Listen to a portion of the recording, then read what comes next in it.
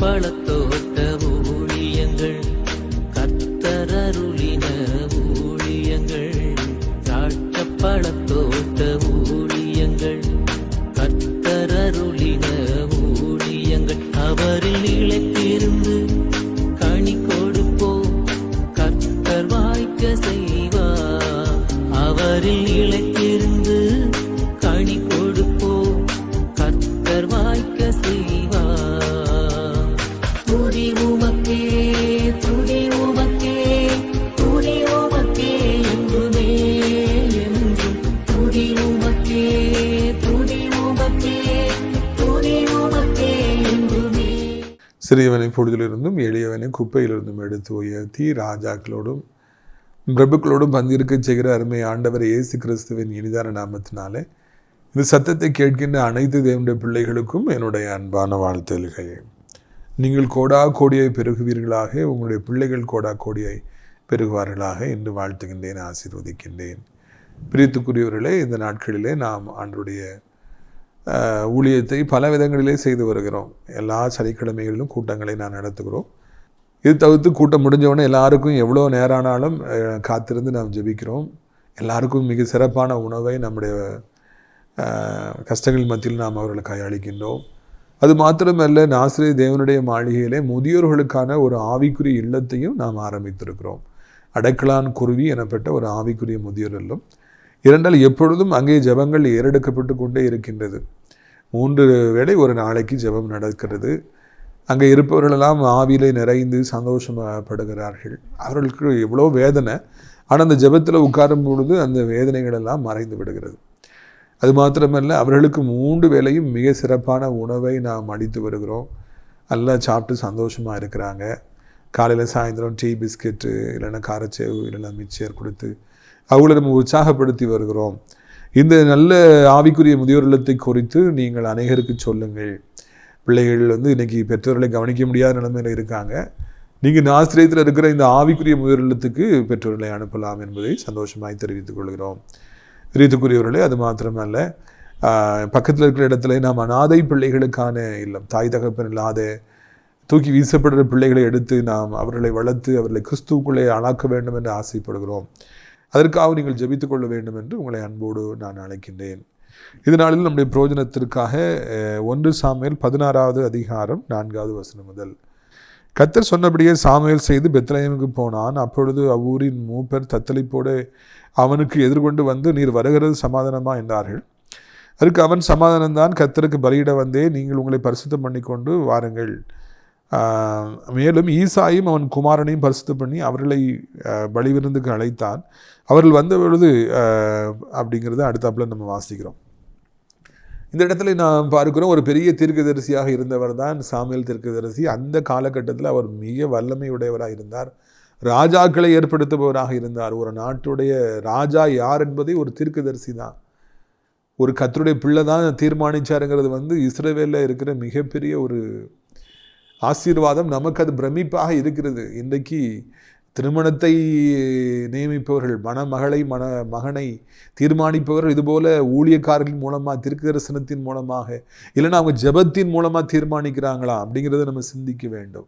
ஒரு நாட்டுடைய ராஜாவையே ஆண்டவர் சொல்கிறாருன்னு சொல்லி சவுலையும் தாவீதையும் கொண்டு வந்தவர் தான் சாமுவேல் தீர்க்கதரிசி. நாமும் கூட ஜெபத்தின் மூலமாய்த்தான், அபிஷேகத்தின் மூலமாய்த்தான் நம்முடைய வாழ்க்கைக்குரிய நபர்களை, இல்லாவிட்டால் ஊழியத்துக்குரிய நபர்களை, பிஸ்னஸ்க்குரிய நபர்களை, ஏன் இப்போ 12th ஸ்டாண்டர்ட் முடிச்சுட்டு நிறைய பசங்க இருக்கிறீங்க, என்ன படிப்பு என்பதை ஆவியானுடைய நடத்தலின் மூலமாய்த்தான் நீங்கள் தெரிந்து கொள்ள வேண்டும் என்பதற்கு தான் இந்த சாமுவேல் தீர்க்கதரிசி நமக்கு ஒரு சிறப்பான எடுத்துக்காட்டாக கண்களுக்கு முன்பாக இருக்கிறார். சாமுவேல் தீர்க்கதரிசி இருந்தார் பொழுது அப்படின்ட்டு போக வேண்டாம். அவர் என்ன பாடத்தை சொல்லிக் கொடுக்கிறார். அவர் ஒரு நாட்டுடைய 2 பெரிய ராஜாக்களை அவர் தான் தேர்வு செய்தார் ஜெபத்தினால. நாமும் ஜெபத்தினால தான் எல்லாவற்றையும் தேர்வு செய்ய வேண்டும் என்கிற ஒரு மிகப்பெரிய ஒரு பாடத்தை அந்த தீர்க்கதரிசி நமக்கு நாள்தோறும் கற்றுக் கொடுக்கின்றார். பைபிளை எடுத்தால் சாமுவேல் தீர்க்கதரிசி இல்லாமல் இருக்க மாட்டார். சாமுவேல் தீர்க்கதரிசி என்ன சொல்லிக் கொடுக்கிறார்? நாமும் எல்லாத்தையும் ஜெபத்தின் மூலமாய்த்தான் தேர்வு செய்ய வேண்டும் என்பது. 2 பஸ் இருக்குது, ஒரு ஊருக்கு போகிறீங்க, பஸ் ஸ்டாண்டில் நிற்கிறீங்க, 2 ஒரே மாதிரி தான் இருக்குது. கொஞ்சம் நேரம் தான் வித்தியாசம். எந்த பஸ்ஸில் ஏறணும், கூட்டத்தில் குறையாக இருக்குது, கூட்டமாக இருக்குன்னு சொல்லி யோசிக்காதீங்க. ஆண்டவர்கிட்ட கேளுங்க, நான் எந்த பஸ்ஸில் ஏறணும்ப்பா அவர் சொல்லுவார் இந்த பஸ்ஸில் ஏறு. அப்போ அந்த பஸ்ஸில் ஏறினீங்கன்னா அது நிச்சயமாக இருக்கும். நிறைய ஹோட்டல் இருக்கும், கேளுங்க, ஜெபிச்சு தேர்வு செய்யுங்க. நான் எந்த ஹோட்டலுக்கு போகணும், எதை சாப்பிடணும், எனக்கு எது ஆசீர்வாதமாக இருக்கும், நீ கேட்டிங்கன்னா அழகாக ஆவியானவர் உங்களை நடத்துவார். உங்களுக்கு ஒரு கேடும் வராது. கண்ணை மூடிக்கொண்டே நாம் வாழ்க்கையில் வாழ்வோம், ஓடுவோம், நடப்போம் என்றால் முட்டி கீழே விழுந்து விடுவோம். தீர்க்கதரிசனம் இல்லாத இடத்துல ஜனங்கள் சீர்குலைந்து போவார்கள். ஆண்டவரை நாம் பற்றி கொள்ளுகிற பொழுது அவர் நமக்கு எல்லாவற்றையும் நமக்கு காண்பிக்கிற ஒரு நல்ல தெய்வமாக இருக்கிறார் என்கிற நல்ல செய்தியை இந்த சாமுவேல் தீர்க்கதரிசி மூலமாக நாம் கண்டுபிடிக்கிறோம். இப்போ ஒரு டாஸ்கில் வந்திருக்கிற 2வது ராஜாவை செலக்ட் பண்ணணும். அங்கே அவர் இந்த ஊருக்கு அவர் வர்றார் பார்த்தீங்களா, சாமுவேல் பெத்லஹேம், அந்த தாவீது பெத்லஹேம் தான் இருக்கார். அங்கே வந்தவுடனே அவரை கண்டு எல்லாரும் நடுங்கினாங்க. என்ன விஷயமா வந்திருக்கீங்க, சமாதானம் தானான்னு சொல்லி கேட்டாங்களாம். ராஜாவை கண்டு நடுங்கல, ஒரு ஊழியக்காரனை கண்டு ஜனங்கள் அடங்கினார்களாம். நீ என்ன காரியமாக வந்திருக்கீங்கன்னு சொல்லி நடுங்கினாங்களாம், பயந்தாங்களாம். அந்த அளவுக்கு ஆண்டவர் தன்னுடைய ஊழியக்காரனுக்கு கனத்தை கொடுத்திருந்தார். ஊழியக்காரர்களுக்கு கனத்தை ஆண்டவர் கொடுப்பாரா? கிரிக்கெட் பிளேயர்ஸுக்கு ஏராளமான கனம் இருக்கிறது. சினிமா நடிகர்களுக்கு கேட்கவே வேண்டாம், மிகப்பெரிய கனம் இருக்கிறது. ஐயோ அவர் வந்துட்டாரு, இவர் வந்துட்டாருன்னா அவ்வளோ ஒரு பரபரப்பு. அரசியல்வாதிகளுக்கும் அமைச்சர்களுக்கும் அவ்வளோ பரபரப்பு இருக்கிறது. ஆனால் ஊழியக்காரர்களுக்கு அவ்வளோ கனம் இருக்கிறதா என்றால் அது மிகவும் குறைவாகவே காணப்படுகிறது. பிரித்துக்குள் இருப்பினும் சாமுவேல் தீர்க்கதரிசி பெத்லஹேமுக்கு போன பொழுது அந்த ஊர் ஜனங்களை நடுங்கினாங்கன்னா, நாமும் உண்மையிலே சாமுவேலை போல வாழ்வோம் என்றால், நமக்கும் நம்முடைய ஆண்டவருக்கும் இடையில அவ்வளோ ஒரு நெருக்கம் இருக்கும் என்றால், நம்மை பார்க்கும் பொழுதும் கூட ஜனங்கள் நடுங்குகிற அளவிற்கு ஆண்டவர் நம்முடைய வாழ்க்கையை அவர் வைத்திருப்பார் என்பதுதான் இந்த நாளிலே நாம் தெரிந்து கொள்ள வேண்டிய முக்கியமான ஒரு காரியமாக இருக்கின்றது. அவர் போல நடுங்கிற சமாதானம் தான். அவர் நேராக ஒரு விருந்து வைக்கிறாரு. அந்த அந்த ஒரு காரியமாக வந்திருக்காரு, யார்ட்டையும் அதிகமாக பேச மாட்டேங்கிறாரு. எல்லாரும் பரிசுத்தம் பண்ண சொல்கிறாரு, வாங்கன்னு சொல்கிறார். சொல்லிவிட்டு மறுநாள் அவர் ஈசாயும் அவருடைய பிள்ளைகளையும் அங்கே வர சொல்லுகிறார். அங்கே அந்த காரியம் நடக்கிறது என்று சொல்லி பார்க்கிறோம். என்ன செய்ய போகிறோம் என்பதை அவர் அங்கே யாரிடத்திலும் அதிகமாக அவர் அங்கே வெளிப்படுத்தலை. ஆனால் அதை பிஸ்னஸில் அவர் கரெக்டாக இருக்கார். மனுஷர்கிட்ட அவர் அதிகமாக பேச விரும்பலை, ஆண்டவர்கிட்ட அதிகமாக பேசணும்னு விரும்பினார். மனுஷரிடத்துல ரகசியத்தை வைக்கல, ஆண்டவர்கிட்ட ரகசியமாக வச்சார். வாலிப மகனே, வாலிப மகளே, ஒரு ரகசியத்தை மனுஷங்கிட்ட போய் சொன்னியன்னா, ஃப்ரெண்ட்ஸ்கிட்ட போய் நீ சொன்னியன்னா, நல்லவங்க நினச்சி ஒரு சிலர்கிட்ட போய் சொன்னியன்னா வாழ்க்கையை நாசமாகிவிடும் என்பதை மறந்து விடாதே. ரகசியங்கள் ஆண்டவர்கிட்ட தான் ஷேர் பண்ணணும். அவர் ஒரு காலம் நம்ம காட்டி கொடுக்க மாட்டார். மனுஷங்கிட்ட காட்டி கொடுத்துட்டோம், மனுஷங்கிட்ட சொல்லிட்டோம்னா நம்மை நாமே காட்டி கொடுக்குறோம், தற்கொலை செய்து கொள்கிறோம்னு சொல்லி அர்த்தம். இதை நீங்கள் உங்கள் வாழ்க்கையில் அனுபவிக்கும் பொழுது கண்டிப்பாக நீங்கள் புரிந்து கொள்வீர்கள். இப்படியாக எல்லாரும் நடுங்கும் பொழுது அந்த ஈசாய் குமாரில் ஒருத்தர் தான் செலக்ட் பண்ணணும்னு சொல்லி அவர் வந்திருக்கிறார். அப்போ ஈசாய் குமாரர் 7 பேரும் வரிசையாக நிற்கிறாங்க. ஈசாய் வீடுன்னே வைத்துக்கொள்வோமே. அந்த ஈசாய் எனப்பட்ட நபர் அவருடைய பிள்ளைகளில் ஒருவரை தான் ஆண்டவர் அங்கே அந்த சவுல் ராஜாவுடைய இடத்துல அவர் அபிஷேகம் பண்ண போகிறார் என்பது ஒரு செய்தி. அப்படி என்றால் இந்த பெத்லஹேமில் இருந்த இந்த ஈசாய் எனப்பட்ட மனிதனையும் நிச்சயமாய் பாராட்டித்தான் ஆக வேண்டும். அந்த தகப்பன் அந்த பிள்ளைகளை அவ்வளவு வளர்த்து ஆளாக்கியிருந்தபடியினால் தானே இந்த வீட்டை தேடி அங்கே சாமுவேல் தீர்க்கதரிசி வந்திருக்கிறார். உன்னுடைய குமாரனில் ஒருத்தனை ஆண்டவர் தெரிஞ்சுக்கிட்டாருன்னு சொல்லிட்டு பிள்ளைகளை சரியாக அவர் வளர்த்திருந்தார் என்று நாம் இந்த இடத்துல காண்கிறோம். 7 பிள்ளைகள் இருந்தார்கள், 7 பிள்ளைகளையும் சரியாக அவர் வளர்த்தார், கண்டித்து வளர்த்தார். நல்ல வேலைகளுக்கு அவர்கள் சென்றிருந்தார்கள், அவ்வளவு அழகாக இருந்தார்கள், ஒழுக்கமுடையவர்களாக அவர்கள் இருந்தார்கள். அந்த தகப்பனை நாம் ஈசாயை நிச்சயமாக பாராட்டித்தான் ஆக வேண்டும். பின்னால் அவர் சறுக்கிறார், அதெல்லாம் அடுத்தாப்புல நம்ம பார்க்குறோம், அது வேற கதை. ஆனால் இங்கே பார்க்கிறோம், இந்த தகப்பனும் தாயும் நல்லபடியாய் பிள்ளைகளை வளர்த்தபடினால்தான் இன்னைக்கு சாமுவேல் தீர்க்கதரிசியே வீட்டில் வந்து நிற்கிறார். இன்னைக்கு பெற்றோர்கள் எங்கே நிற்கிறாங்க? போலீஸ் ஸ்டேஷனில் போய் நிற்கிறாங்க, இல்லைன்னா தேவையில்லாத பிரச்சனைகள் நடக்கிற இடத்துல போயிருக்காங்க. ஏன்னா பிள்ளைகள் தலைகுனிவை ஏற்படுத்திடுறாங்க. உங்கள் பிள்ளையை சஸ்பெண்ட் பண்ணிட்டோம், உங்கள் பிள்ளையை டிஸ்மிஸ் பண்ணிட்டோம், ஐயோ விட்டுருங்க, என் பிள்ளையை விட்டுருங்க. பிள்ளைகளை சரியாக வளர்க்கலைன்னா இதுதான் நடக்கும். போய் கையை கட்டிட்டு நிற்க வேண்டிய சூழ்நிலை வரும். நாயும் நரியும் நம்மளை சத்தம் போடும், என்னையா நீ பிள்ளையா வளர்த்துருக்க, பிள்ளை வளர்த்துக்க சீராயா இது, எல்லாரும் கேட்பாங்க, தலை குனிஞ்சு போக வேண்டிய சூழ்நிலை வந்துடும். ஆனால் இங்கே ஈசாய் தலை நிமிர்ந்து நிற்கின்றார். ஏனென்றால் நாட்டுடைய மாபெரும் தீர்க்கதரிசியா வீட்டுக்கு வந்திருக்கிறார். என் பிள்ளையில ஒருத்தர் தான் அவர் ராஜாவாக தேர்ந்து செய்ய போறாருங்கிறது எவ்வளோ ஒரு பெருமையான ஒரு விஷயம். எத்தனையோ வருடங்களை கடினப்பட்டு கஷ்டப்பட்டு பிள்ளைகளை வளர்த்ததுக்குரிய பலனை அன்றைக்கு ஈசாய் கண்டார் என்று நாம் இந்த இடத்துல புரிந்து கொள்ளும். ஒரு நாளில் உண்டானதல்ல. பிள்ளைகளை வளர்ப்பது என்பது ஒரு வார கூத்து அல்ல, அல்லது ஒரு மாத கூத்து அல்ல, ஒரு வருடம் நடக்கக்கூடிய காரியம் அல்ல. அவைகள் பல வருடங்களாக கண்ணில் எண்ணெயை ஊற்றிட்டு ஒவ்வொரு பிள்ளையை பார்த்து பார்த்து வளர்த்ததுனால இன்னைக்கு அந்த சாமுவேல் தீர்க்கதரிசி வீட்டில் வந்து நிற்கிறார். எனவே பெற்றோர்களாகிய நீங்கள் ஈசாயை போல நீங்கள் வாழ்க்கையில் பிள்ளைகளை வளர்க்கும்படியாக அழைக்கப்படுகிறீர்கள். அவர் ஒரு முன்மாதிரியா இருக்கிறார். 7 பிள்ளைகளையும் கட்டுக்கோப்பாக வைத்திருந்தார். அவர்களை ஆண்டவருடைய ராஜ்யத்தில் தேர்வு செய்யப்படுகிற அளவுக்கு தகுதியானவராய் அவர்கள் இருந்தார்கள் என்பதை நான் காண்கிறோம்.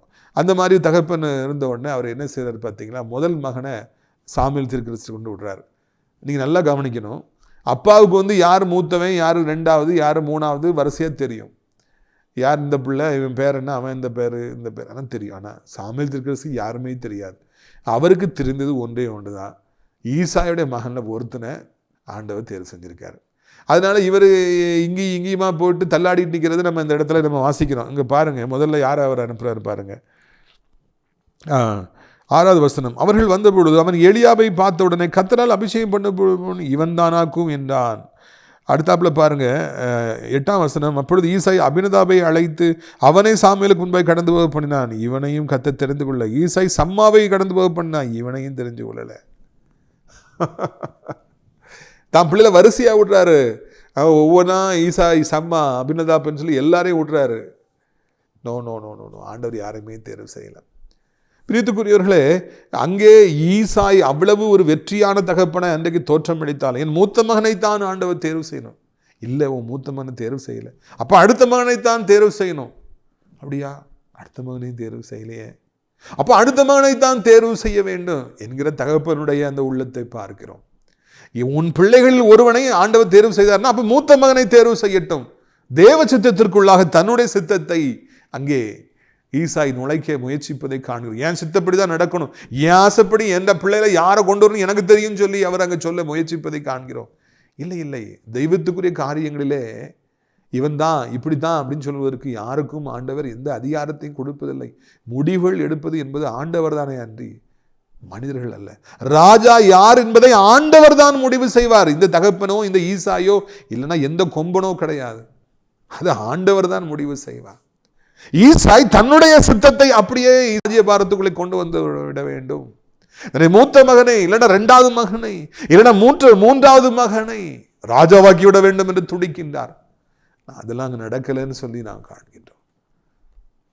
அவர் ஒரு நல்ல தகப்பன் என்பதை சில நிமிடங்களுக்கு முன்பதாக நாம் கண்டோம். அவர் நல்ல காரியங்களை செய்தார் என்று கண்டோம். எல்லாம் ரொம்ப சந்தோஷம். ஆனால் அதெல்லாம் விட அங்கே தான் சித்தத்தை அவர் கொண்டு வரணும்னு அவர் நினைக்கும் பொழுது ஆண்டவர் அதுக்கு அனுமதியே கொடுக்கலங்க.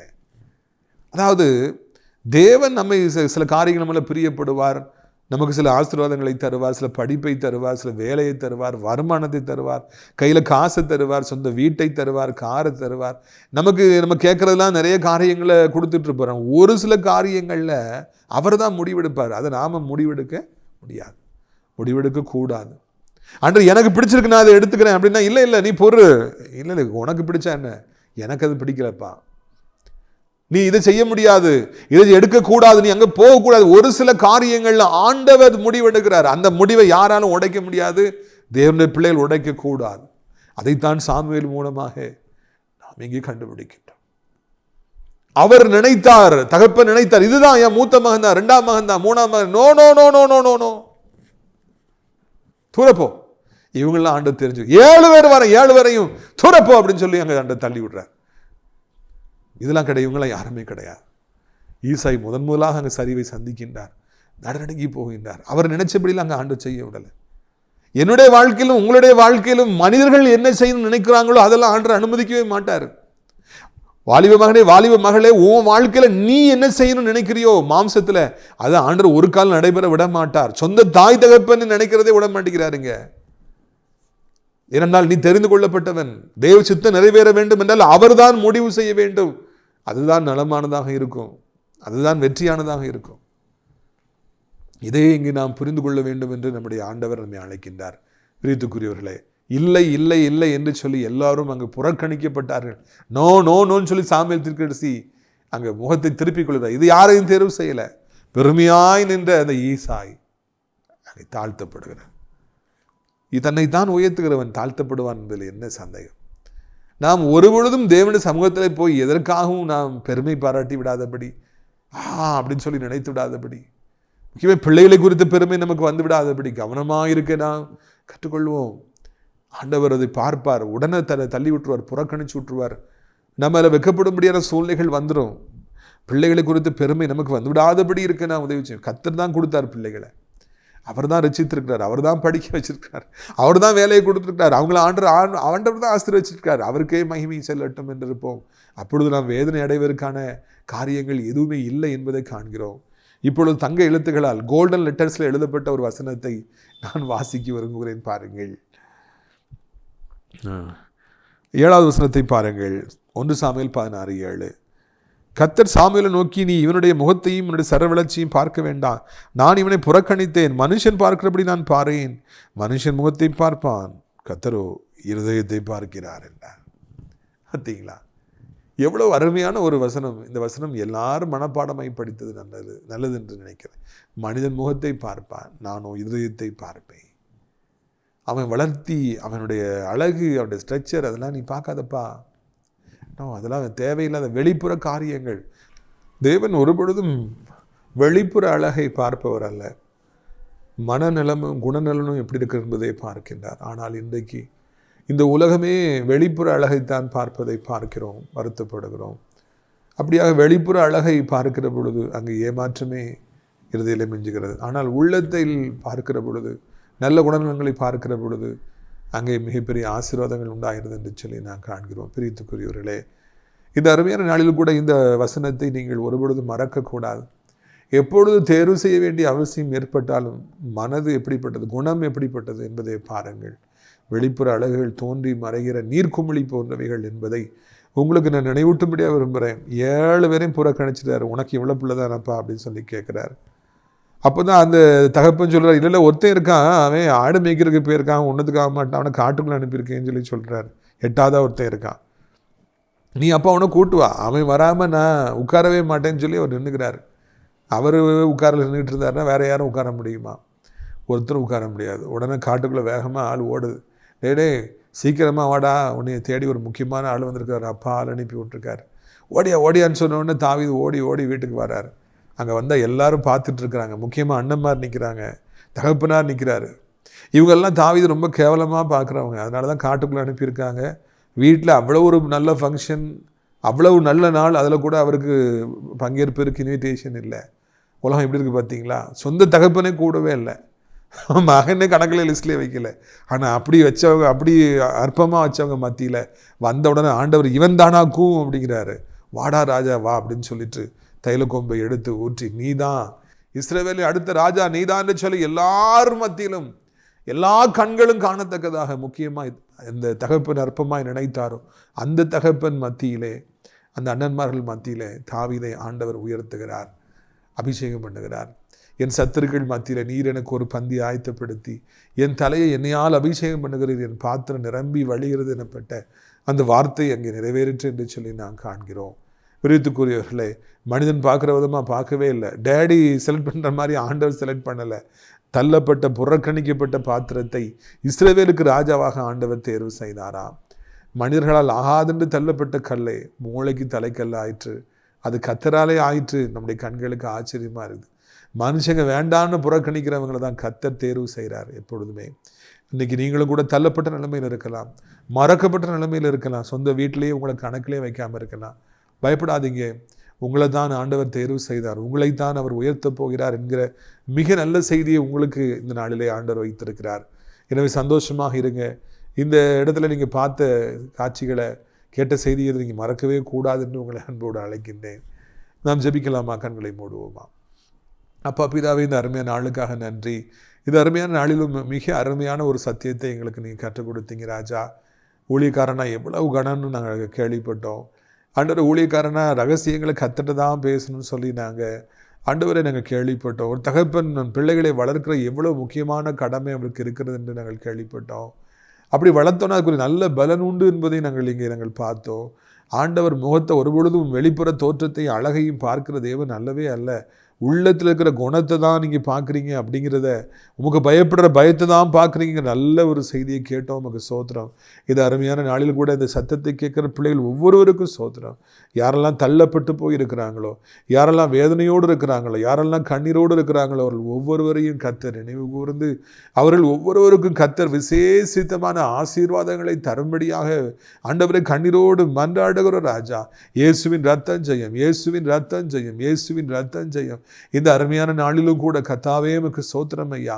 கண்ணீர் யாவையும் துடைப்பீராக. தள்ளப்பட்ட நிலைமையில் இருக்கிற ஆண்டவரை, மறக்கப்பட்ட நிலைமையில் இருக்கிற நம்முடைய பிள்ளைகளை கர்த்தர் எப்படியாவது உயர்த்துவீராக இயேசுவின் நாமத்தில் தகப்பனே. உடைய பிள்ளைகளை மூளைக்கு தலைக்கல்லாய் மாற்றும்படிக்கு நாங்கள் ஜெபிக்கிறோம் ஐயா. இதனால் வியாதி எப்பேற்பட்ட வியாதியாக இருந்தாலும், மழை போல வந்திருந்தாலும் அவைகள் நீங்கி போகட்டும். கொண்ட கட்டிகள் மறையட்டும், புண்கள் மறையட்டும், ஆண்டவர் வேதனைகள் மறையட்டும், செயல்படாத அவயங்கள் செயல்படட்டும், ஆண்டவரை லூஸ் மோஷன் இருக்கட்டும், தகப்பனே வாமிட் நிற்கட்டும், அது சாப்பிட முடியாத நிலைமைகள் மாறட்டும், புண்கள் இன்ஃபெக்ஷன் எந்த இடத்துல இருந்தாலும் அவைகள் மறைந்து போகட்டும் என்று சொல்லி ஜெபிக்கிறோம். புது வாழ்வு தர வேண்டும், பழைய பலத்தினை தர வேண்டும் என்று சொல்லி கெஞ்சி பன்றாடு. கிருபைக்குள்ளே ஒழித்து வைப்பீராக, இரக்கத்துக்குள்ளே ஒழித்து வைப்பீராக என்று நாங்கள் ஜெபிக்கிறோம் ஐயா. இந்த அருமையான நாளிலும் மழை போல வந்திருக்கிற கடன் பாரங்கள் எல்லாம் நீங்கி போகட்டும். எத்தனை லட்சம் எத்தனை கோடி கடன் இருந்தாலும் அவைகளை ஆண்டவர் நீக்கி போடுவீராக. வர வேண்டிய பணங்களை வர வைப்பீராக. சொந்தமாய் வீடு, சொந்தமாய் தகப்பன பிஸ்னஸ், சொந்தமாக வாகனங்கள் என்று கொடுத்து உடைய பிள்ளைகளை சந்தோஷப்படுத்துங்க. பிள்ளைகள் என்ன படிப்பு படிக்கணும்னு தெளிவாக நடத்துங்க. ஆண்டவரை சோத்திரம் ஐயா. பிள்ளைகளை உயர்ந்த அடைக்கலத்தில் வைங்கப்பா. கவர்மெண்ட் ஜாப் வேணும், வீசா வேணும், என்ன கேட்டாலும் கொடுத்து அவர்களை சந்தோஷப்படுத்துங்கப்பா. கிருபைகளை ஒழித்து வைங்க ராஜா. இந்த அருமையான நாளிலும் கூட ஆண்டவரை சோத்திரம். உலகம் இருக்கிற அத்தனை நாடுகளுக்காக, மக்களுக்காக, எங்கள் இந்திய தாய் திருநாட்டுக்கு ஜெபிக்கிறோம். ஆண்டவரே, அனைத்து தேவனுடைய பிள்ளைகளையும் ஆலயங்களையும் ஆசீர்வதிங்க, ஊழியக்காரர்களை ஆசீர்வதிங்க. ஆசிரியர் திராட்சைப்பழத்தோட்ட ஊழியர்களை நேசிக்கிற, நாள்தோறும் நம்முடைய நிகழ்ச்சிகளை பார்க்கிற, அறிமுகப்படுத்துகிற ஆண்டவரை, ஜெபத்தினாலே காணிக்கையாலே தாங்குகிற நல்ல உள்ளங்கள் ஒவ்வொருவரையும் ஆசீர்வதியும். முக்கியமாக அடைக்கலான்குரிய முதியோரிடத்தில் சேர அநேக இடங்கள் உண்டு. அநேகரை அழைத்து கொண்டு வாருங்க, மகிமைப்படுங்க, கிருபைக்குள்ளே ஒழித்து வைத்துக் கொள்ளுங்க. அப்பாவுக்கே சோத்திரம் உண்டாகட்டும். இயேசுவின் மூலம் ஜெபிக்கிறோம் பிதாவே. என் ஆத்துமாவை கர்த்தரை சோத்திரி, என் முழு உள்ளமே அவருடைய பரிசுத்த நாமத்தை சோத்திரி. என் ஆத்துமாவை கர்த்தரை சோத்திரி, அவர் செய்த சகல உபகாரங்களை ஒருபொழுதும் மறவாதே. கர்த்தராகிய இயேசு கிறிஸ்துவின் கிருபையும் பிதாவாகிய தேவனுடைய அன்பு பரிசுத்தாடி அந்யோன்யம் இல்லாத பிரசன்னம் உங்கள் அனைவரோடு இன்றைக்கு சதா காலங்களில் நிலைத்திருப்பதா. அல்லேலூயா, அல்லேலூயா. God bless you. ஆமென்.